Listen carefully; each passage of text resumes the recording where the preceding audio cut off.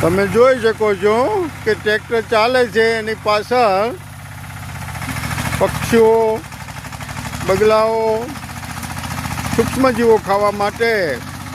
અને આમ તો બગલાનો ખોરાક શું છે મને ખબર નથી, પણ કાન ખજૂરા છે, ઈયળો છે, નાના નાના જે તળાવને કાંઠે હોય તો માછલીનો ખોરાક ખાતા હોય, પણ આમાં માછલી તો નહીં હોય, પણ કાન ખજૂરાઓ છે, બીજી નાની મોટી ઈયળો છે, અળસિયાઓ છે.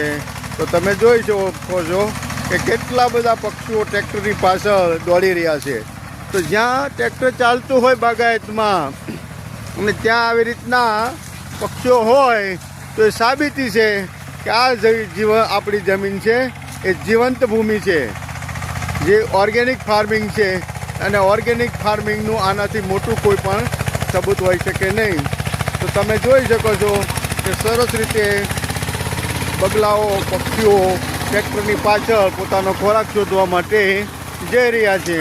તો તમે જોઈ શકો છો શાંતિથી મને જોઈ અને ઊભા રહી ગયા છે.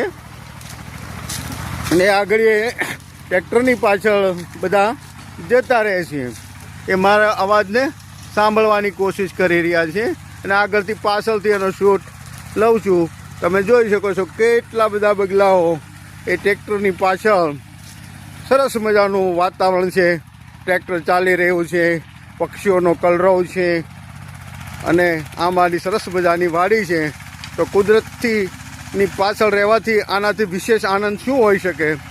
તમને ફર્સ્ટ ક્લાસ રીતે આ શોટ દૂરથી પણ નજીક જવાથી ભાગી ન જાય એટલે દૂરથી લીધો છે.